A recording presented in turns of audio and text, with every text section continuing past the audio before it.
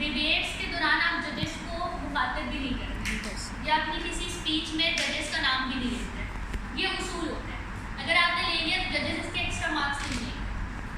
जो जिसका दिमाग खराब होगा वो काट भी देगा इसके मार्क्स। ठीक है, हमें भी अगर हम चैनल पे स्पीच करते हैं तो हमें ये बताया जाता है कि आपने जजेस का नाम नहीं लेना। नाम लेकर के उनका एक्सपोजर वाली कहानी तो नहीं होती है। वो कुछ बच्चे ऐसे लेते हैं कि मार्क्स अच्छे मिल जाएंगे तो नहीं लेते। जजेस को यूँ समझते हैं कि जजेस है ही नहीं, लेकिन आपने जजेस को कन्विंस भी करना है। जजेस आपकी ऑडियंस की जो ग्रैब कर रहे होते हैं ना ऑडियंस को, उसके भी मार्क्स होते हैं। मिसाल के तौर पर कितनी तालियां आप पे बची हैं और आपकी स्पीच ऑडियंस ने कितने गौर से सुनी है, इसके भी मार्क्स जजेस काउंट करते हैं। तो ओवरऑल चीज़ें काउंट हो रही है। आपकी ड्रेसिंग काउंट होती है। ड्रेसिंग पे बहुत ज़्यादा डाटा जाता है पब्लिक स्पीकिंग के, क्योंकि आपको ओवरऑल जो है ना डेवलपमेंट पर्सनैलिटी डेवलप हो रही होती है। तो आप मिसाल के तौर पर आपने घर की कोई चप्पल वॉशरूम की पहन के आ रहे हैं, जजेस ने देखा तो डांटेगा।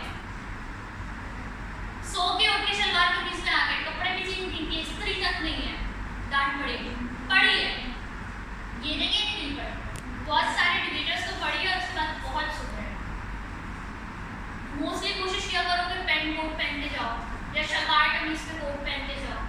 अपनी ड्रेसिंग बिल्कुल क्लियर रखा करो। अगर लड़के हिजाब ले रही है तो कोई मसला नहीं है, हिजाब या बाई से कोई मसला नहीं, लेकिन साफ सुथरा प्रेस के साथ। ये चीज़ें बहुत मैटर करती हैं आपकी पर्सनैलिटी पर। उसके अलावा कोई क्वेश्चन? फिर मूव करते हैं पार्लियामेंट्री डिबेट। ये कन्वेंशनल डिबेट कहलाती है। ठीक है, एक होती है पार्लियामेंट्री डिबेट। पार्लियामेंट्री डिबेट में थोड़ा सा ये होता है कि उसमें ऑडियंस नहीं है, उसमें दो जजेस आगे बैठे होते हैं और तीन टीम्स कम्पीट कर रही है। तीन का पेयर बना होता है। 3 लोगों का एक पेयर होगा, 3 लोगों का एक पेयर होगा। 3 बच्चे यहाँ बैठे होंगे, 3 बच्चे यहाँ बैठे होंगे। वो एक खाली कमरे में डिबेट चल रही होगी। तो उसमें ये होता है कि आपका जो ऑडियंस ग्रैब का जो एक्सपोजर है वो थोड़ा सा रह जाता है। लेकिन सबसे बेस्ट डिबेट अगर कहते हैं तो वो पार्लियामेंट्री डिबेट है, क्योंकि वो आपको वे ऑफ थिंकिंग ठक सारी चीज़ों को याद करना, उसी वक्त टॉपिक मिलेगा उसी वक्त 7 मिनट की स्पीच करना, तो ऐसा बात नहीं होती। लेकिन टाइम टू टाइम आप सीख जाते हैं। जजेस बैठे होंगे, 3 टीम यहाँ पर है, एक इदारे की, एक टीम यहाँ पर है, एक इदारे की। एक में 3 लोग, एक में 3 लोग होते हैं। इसे कहते हैं पार्लियामेंट्री डिबेट। पहले यहाँ से लीडर ऑफ द हाउस बोलेगा, दूसरे साइड का जो है अपोजिशन लीडर, फिर एक और बंदा वहाँ से बोलेगा, फिर एक और बंदा यहाँ से बोलेगा, फिर जो लास्ट वाला होगा। इसे लाइन ऑफ आर्गूमेंट्स कहते हैं कि मतलब डिबेट चलती है। जो पहला स्पीकर यहाँ से बोलता है, स्पीकर 1 किसी इदारे का, तो वो डिबेट को करारदाद को ओपन करेगा। ओपन करने के बाद उसको डिफाइन करेगा। फिर उसका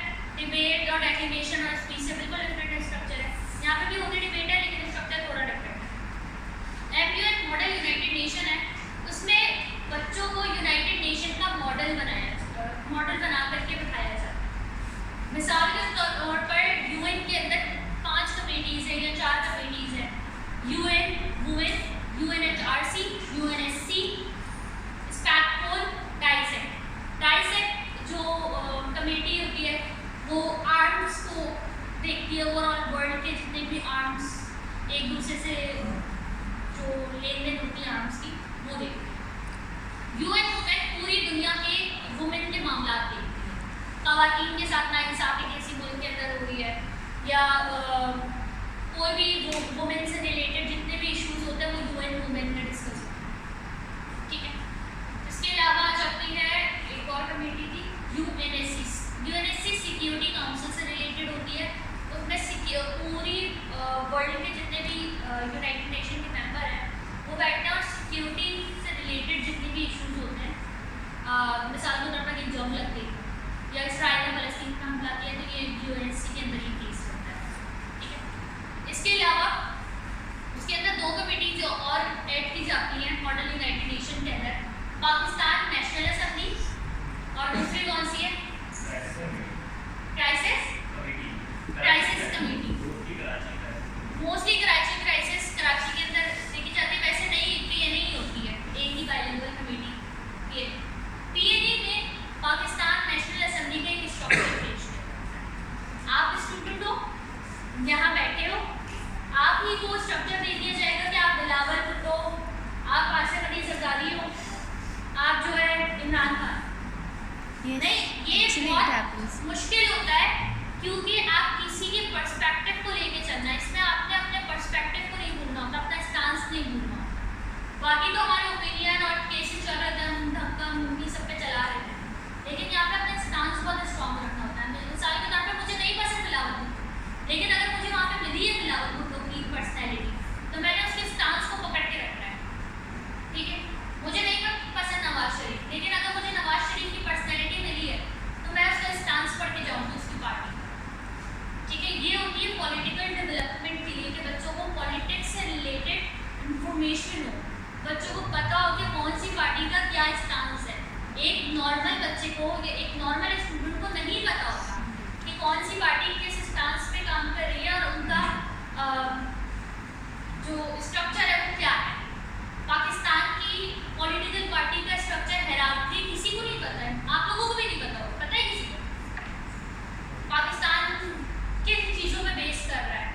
पाकिस्तान की जो एग्जेक्टिव बॉडी है और लेजिस्लेचर है, जुडिशरी है, तीन जो है क्या है पिलर है, पता है किसी को नहीं पता, लेकिन जो बच्चे ये कर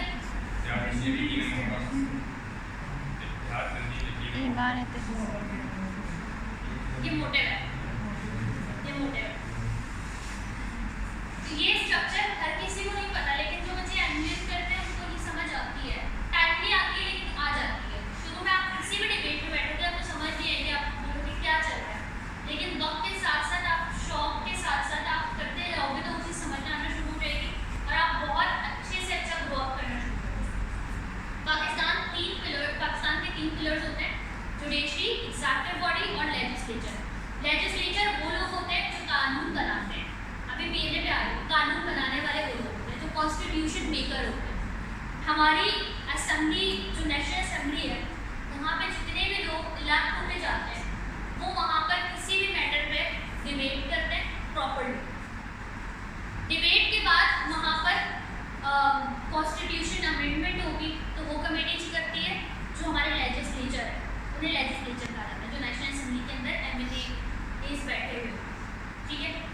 वो जो है उस चीज़ पे डिबेट करते हैं प्रॉपर्ली, फिर वो अमेंडमेंट कर रहे होते हैं, चाहे वो कॉन्स्टिट्यूशन के अंदर अमेंडमेंट हो या पाकिस्तान से रिलेटेड कोई भी रूल्स या रेगुलेशन लागू करना हो या कोई कानून बनाना हो, ये लॉज के लोग करना, जो लेजिस्लेचर हो।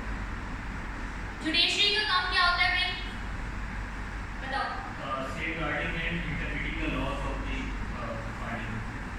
कोई भी लॉ बन गया उसको सेफगार्ड करना किसका काम है? जुडिशरी का काम है। कोई भी लॉ तोड़ता है तो जुडिशरी क्या करेगी, उस पर पेनल्टीज डालेगी या उसके ऊपर जो भी उसकी सज़ा बनती है वो देना जुडिशरी का काम। उसके बाद आती है एग्जेक्टिव बॉडी। एग्जेक्टिव बॉडी के अंदर आ जाते हैं हमारे ब्यूरोक्रेट्स, जिसमें सीएसएस ऑफिसर्स होते हैं, जिसमें हमारे आर्म फोर्सेस। तो कोई भी कानून लेजिस्लेचर ने बना लिया, कमेटी ने बना लिया, कानून पास हो गया, वो पास होने के बाद जाता है एग्जेक्टिव बॉडी के पास, ठीक है। एग्जेक्टिव बॉडी उसे अप्लाई करेगी। मिसाल के तौर पर कानून बन गया कि 120-80 किलोमीटर की स्पीड से ज़्यादा जाने वाला बंदा जो है 5000 की पेनल्टी पड़ेगी, ये कानून बन गया।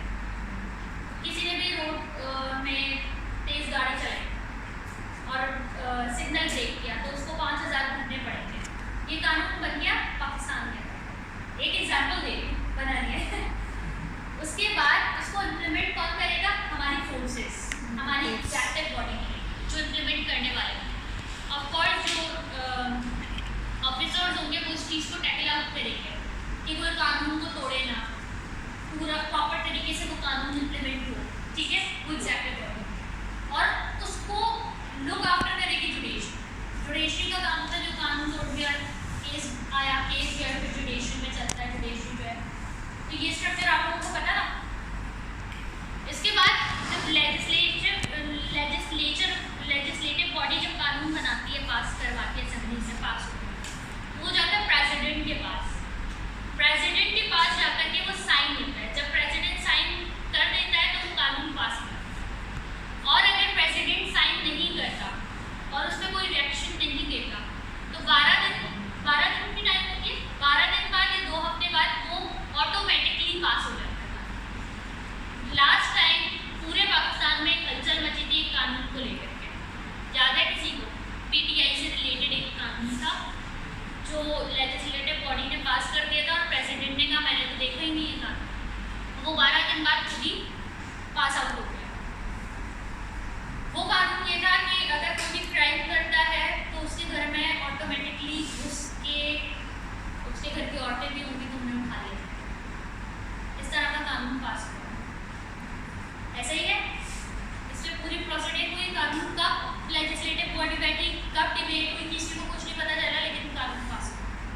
और प्रेसिडेंट ने बाद में ये स्टेटमेंट दी थी कि ये कानून मेरी जानिब से पास नहीं हुआ और मैंने ये पेपर देखा था। तो तब पूरी कौम को ये पता लगा कि 2 हफ्ते बाद ऑटोमेटिकली जो है पेपर पास हो जाता है। शायद मुझे भी नहीं पता था, उसके बाद ही मुझे पता था। तो ये जो हेरास्ट्री है पॉलिटिकल सिस्टम की और जो स्ट्रक्चर है कि अगर पीटीआई बनी है या पीपी है, क्योंकि जो पब्लिक स्पीकिंग के बच्चे होते हैं या डिबेट से बच्चे होते हैं वो उन सारी चीज़ों को पढ़ते हैं, उनका काम है। मैं अपनी पार्टीज़ के नाम मुझे नहीं पता क्या होगा, लेकिन मुझे समझाना ज़रूरी है। पीटीआई तो वो क्यों बनी है और उनका मोटो क्या है, उनका बेसिक एजेंडा क्या है, उनका पेपर होगा, वो पेपर मौजूद होता है। कहाँ पे मौजूद होता है भाई बताओ? किसी भी पॉलिटिकल पार्टी का जो पूरा स्ट्रक्चर होता है, मैनिफेस्टो, मंशूर रेजोल्यूशन कहाँ मौजूद होता है, कौन सी website? Election commission of Pakistan की वेबसाइट पर मौजूद होता है। उनको लाजमी पढ़ा करो, अगर इन्फ्लुएंस करना है तो उनको लाजमी पढ़ के जाना पड़ता है। कि आपने पीएमएलएन पे बैठे हो, भले आपको पीएमएलएन मिल जाए, पीपी मिल जाए, पीटीआई मिल जाए या कुछ भी मिल जाए, लेकिन आपको मैनिफेस्टो पढ़ के जाना होता है कि आपको उस पार्टी का मंशूर पता होना चाहिए, स्टांस पता होना चाहिए। अगर आप स्टांस से ज़रा सा भी हट गए, आपके नंबर वहाँ पर डिडक्ट हो जाता है और आपके बीडी आने के चांसेस कम हो जाते हैं। अब मैं आपको इसका एक्सपीरियंस थोड़ा सा ये बताती हूँ कि मैं बहरिया यूएन में थी, कोई था वहाँ पर बहरिया कॉलेज वाले, यूनिवर्सिटी वाले में सबसे बड़ा ब्लंडर उनकी टीम की साइड से और उस बंदे का ये हुआ था कि वो जब मेरे बिल पास हो रहा था और हम इमरान खान को रिप्रेजेंट कर रहे थे उसकी बेल और ये साइड से, क्योंकि हम लोगों का वो पॉलिटिकली थोड़ी डिबेट होती है एम्बुलेंस के अंदर, क्योंकि नेशनल असेंबली है। अब क्या हुआ कि हमने अनवॉट मिलता है, उसमें आपने जाके ना डिप्लोमेसी करनी होती है, आपने सामने वाले को कन्विंस करना होता है कि आज हम पार्टी ज्वाइन कर लो, हमें वोट दे दो, हमारा पेपर पास हुआ। जब हमारे वोट करने का टाइम आया तो हमने डिप्लोमेसी की थी और शहबाज शरीफ को कन्विंस कर रहे थे कि हमारा पेपर पास कर। और जब वोटिंग का टाइम था तो शहबाज शरीफ हमारे साथ बैठे हुआ था, वोट करते हैं हमारे पेपर और हम पीटीआई थे। तो ये यहाँ पे मिस्टेक होती है अगर आपको अपना स्टांस ना पता हो। उसे शायद ये नहीं पता था। हाँ बोलो।